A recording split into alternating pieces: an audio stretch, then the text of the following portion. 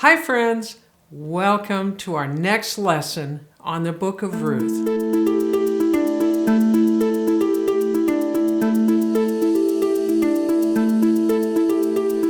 I read a book recently that had as many twists and turns to the plot as a bowl of spaghetti.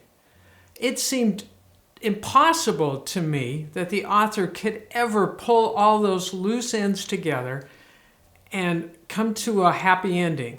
But by the end of the story, there it was. The happy ending, all the pieces pulled together.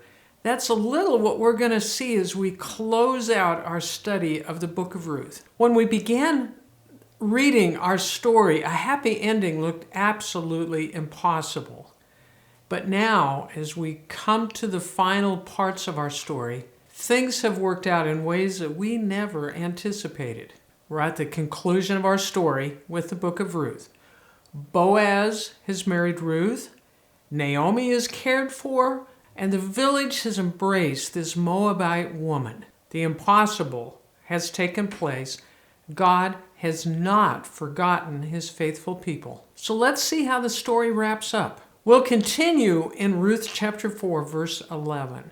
Then the elders and all the people standing in the gate replied, "We are witnesses. May the Lord make this woman who is coming into your home like Rachel and Leah, from whom all the nation of Israel descended. May you prosper in Ephrathah and be famous in Bethlehem." The people that had gathered at the gate when Boaz began his legal proceedings were now witnesses, and they join in blessing this new couple. Ruth the Moabite is embraced by the village, and with an interesting blessing, they pronounce a beautiful blessing on Ruth, that she may be like Rachel and Leah, who were the mothers of the 12 sons of Jacob, which later became the 12 tribes of Israel. Those women had had a significant role in the history of Israel, and now these villagers are blessing Ruth in the same way, that her offspring will have a significant influence in Israel. As we've said earlier, any levirate marriage is about producing family in the name of a deceased man to continue his legacy, his line. But the blessing from the villagers is even more than just continuing Elimelech's line. It is about adding to the legacy of the nation of Israel. What's interesting here is that these villagers are asking God to make Ruth and Boaz part of nation building. And this is an amazing blessing to a woman who really has been a zero in this village for quite a while. Culturally, she's been a zero, and now the village is willing to say, "We think you will be part of building up the nation of Israel." Now these villagers ask God to bless Ruth in both Bethlehem and in Ephrathah. Now Ephrathah is kind of like the region around Bethlehem. Ephrathah originally was given to the clan of Judah, and so these villagers in Bethlehem would be a part of Ephrathah, obviously still in the area of Judah. Now even more important to our discussion is Bethlehem, where King David would be born and associated with. And obviously, as we know, Jesus also was born in Bethlehem. But at this time, Bethlehem was just a little insignificant village. One of the lessons we can learn from this piece of the Book of Ruth is how incredible things can come from insignificant places. For this little village to be someday known as the birthplace of the greatest king of Israel, King David, and then on to the birthplace of Jesus himself. And there's just a huge lesson here about how God can use insignificant things, a village like Bethlehem, and insignificant people, Ruth, Naomi, really even Boaz, and this little tiny village and the villagers there. And God can produce amazing things from what we would consider very insignificant. Amazing things can come from ordinary people and places with God's touch. Just a reminder that reference to Ephrathah and Bethlehem will trigger in the original reader or hearer the idea of King David. So there are hints here of power and strength, courage, moral worthiness. Now, God is working at this time. Now, keep in mind, this story takes place during the time of the judges. There wasn't any king in Israel at this time. And so it almost gives a hint of there's better things to come than what's happening in many parts of Israel at that time, when many people were doing whatever was right in their own eyes, pursuing whatever God they think would most benefit them. But this little story gives us a hint that God is at work. There's a lot in this verse, and we're not even done with the blessing on Boaz and Ruth yet. So let's continue. Verse 12. And may the Lord give you descendants by this young woman, who will be like those of our ancestor Perez, the son of Tamar and Judah.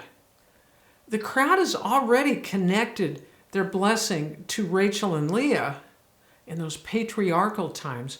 Now they connect to someone we may not be so familiar with, Perez. There's a fascinating story about Perez. In Genesis 38, we see a story that has some interesting foreshadowing to our story here in Ruth. Judah, son of Jacob, had two sons, and Onan. The two sons were close to the same age. The oldest, married Tamar, a Canaanite woman, a foreigner by Israelite standards. Then died without producing a son, and no children. And so Judah told his son Onan to marry Tamar in order to produce a son for Er's line. But Onan wanted nothing to do with that. He refused to sire a child by Tamar. And then Onan died. In those days, Judah was required to provide a husband for Tamar. He did have a younger son, Shelah, quite a bit younger and not old enough yet to marry Tamar. So Judah asked Tamar to return to her father's house to remain there until he called her to marry Shelah. Some scholars suspect that Judah, somewhere in here, thought maybe Tamar had something to do with the death of both of his older sons. In any case, he didn't follow through when the time came to marry Shelah to Tamar. By this time, Judah's wife had also died, and Tamar had heard that Shelah was now a grown man, that Judah had not fulfilled his obligation to her. As I said, Judah's wife had died. After Judah completed a time of grieving, he returned to work. And it was at this point that Tamar, why am I saying that? It was at this point that Tamar took initiative. She didn't continue to just wait at her father's house. She heard that Judah was out shearing sheep. And so she changed out of her widow's clothes that she had worn for several years probably. When she heard that Judah was shearing sheep, she changed out of her widow's clothes, which she had probably been wearing for several years, and she covered her face, and she went to the place where Judah would go by on the roadside, and she waited for him at the side of the road. Now there was probably some kind of a festival, a little like what we remember with Boaz when he was on the threshing floor. At the end of sheep shearing, there was also a celebration. And so Tamar went there. She was no longer dressed like a widow, and she had covered her face. Now, why did she go? She may have only gone there to spy on Judah, to see if it was true. She may have gone there to talk to him, to ask him why he had not fulfilled his obligation to her. Maybe she just hoped if he saw her, he would be reminded and would try and make things right. We're not sure. As Judah went by, he mistook her for a temple prostitute and offered to sleep with her. This is an unexpected twist to the story. Tamar may have seen the answer to her request in Judah's request. He could serve as her leveret as well. He could provide a son to continue Er's legacy and line. So she agreed. She, however, was no fool. Judah had not kept his part of the bargain earlier, and so she requested some signs from him. She got evidence of his identification. And then, after the encounter, she became pregnant. The result of that union were 2 sons, Zerah and Perez. And Boaz is of the line of Perez. I find it fascinating that Boaz's line includes this leveret piece many generations earlier. So we're looking at one story in the Book of Ruth, Naomi, Ruth, Boaz, but we're also seeing connections back to earlier stories, a bigger picture. And that bigger picture includes a redemption of a family line. Now, going back to Genesis for a minute, we see that Judah at first was going to kill Tamar for acting as a temple prostitute. And then when she brought out the articles of identification, he recognized and says that she is more righteous than he, because he did not fulfill his responsibility to her. He came to the understanding that he was cheating her by not sending a son to provide her with children. That was cheating her. Remember what we've said many times about women in that culture. A woman without either a husband or a son is a 0. And Judah was putting her in that place by refusing to fulfill his responsibilities to her. When Judah refused to allow her to bear children, he was a swindler, a cheater. You know, today that whole leveret act, I'm sure, is uncomfortable, maybe even repulsive to us. But it was the way things were done in those days to maintain that family line. And so there is honor in that leveret, in that redemptive act. It was about preserving a family. It was about sacrificing oneself for the family. And this is an important link back to Perez, because he comes up twice here at the end of the story. Anytime you see that kind of repetition, it tells us it's important. So Boaz, in a sense, recast Judah's failure. Perez, son of Judah, becomes the first name in this genealogy that we will be reading shortly, but I want you to remember that. This came out of a leveret marriage. Perez is the first name that's listed in that particular genealogy, which will lead us to King David. There's more to be said about that, but let's continue in verse 13. So Boaz took Ruth into his home, and she became his wife. When he slept with her, the Lord enabled her to become pregnant, and she gave birth to a son. God gave Ruth new grace. We are told that God directly intervened to provide a son for Ruth. So I want you to think again about those parallels between Tamar and Ruth. Both were childless widows. Both were foreigners. Both took initiative to preserve a family line. Both took bold action, and they are among only 4 women who are listed in the genealogy or the lineage of Jesus. Another thing that I want you to notice is that Ruth and Boaz both provided a redemptive act for their family line. Each fulfilled duties as a family member, even at some sacrifice, and provided this restoration, this redemption, this newness that came to this family line. Their honor and their sense of responsibility restored a heritage. That's pretty powerful stuff. There were 2 major problems in our story. Back in chapter 1, we saw the famine. And then as we continued, we saw the loss of a family. Humans couldn't fix either one of those things. But we see as we go through the story that God provided in amazing, miraculous ways. God directly intervenes for the sake of his people. Back in chapter 1, God ended the famine for the people of Bethlehem. And now here in chapter 4, we read that God enabled a conception. This has been a story of heartache and loss, but also of new beginnings. Naomi lost Elimelech, Malion, Kilion, but newness has come as well. So we see that Naomi's heartache has given way to new hope. And that's the way God works. You know, sometimes today we can come to similar conclusions as Naomi. We assume that God has turned his back on us. We faced pain, disappointment, loss. How could God allow that to happen to a child of his? We assume we've done something to offend God, maybe because he's annoyed, he's withholding, he's irked, he's waiting for us to figure it out, to do the right thing, to be worthy.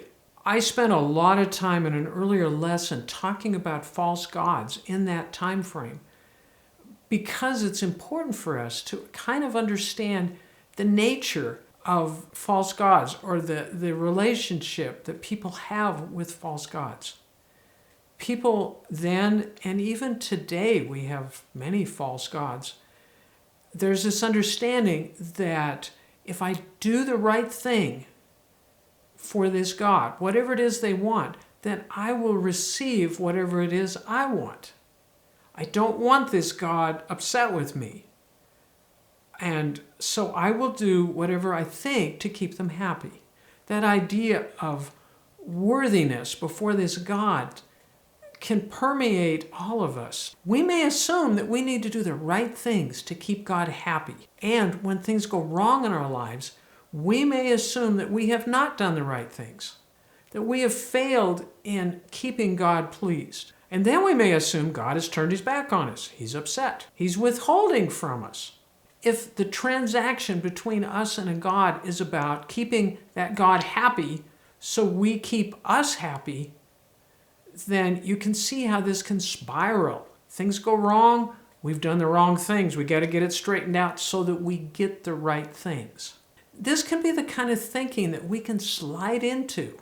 But the Book of Ruth teaches us something different about the nature of God. It teaches us God's chesed, his amazing love and kindness and compassion, the grace and the joy and the new life that he pours into us. We can just barely scratch the surface of what that's about. I will tell you that God is not like these fickle, false gods. He loves us more than we know.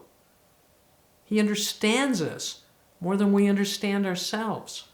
The chesed of God is bigger than we can comprehend. We get glimpses of it in this amazing story in the Book of Ruth.